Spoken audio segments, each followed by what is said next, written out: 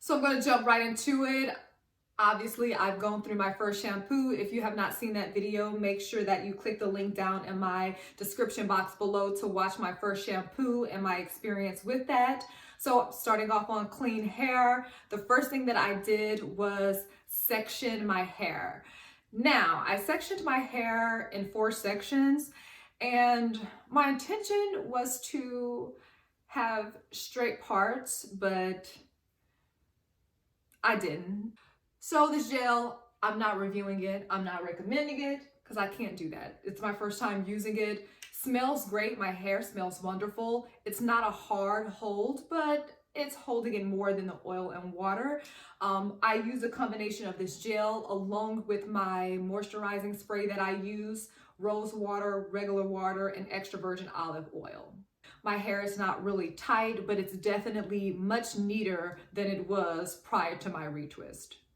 So it took me 6 hours to finish my hair. To me, I can compare it to when I did my finger coils, when I did my second big chop. I wore finger coils all the time. So I pretty much just used that process of going through my hair, which is a pretty quick and easy process.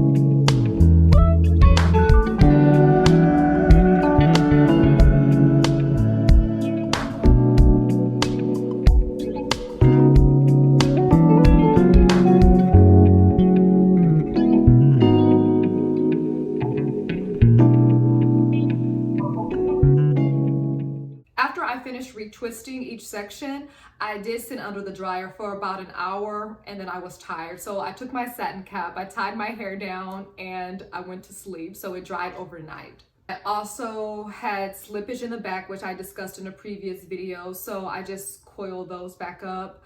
But overall, I didn't see any huge issues. It was really easy to retwist. I did not retwist tight.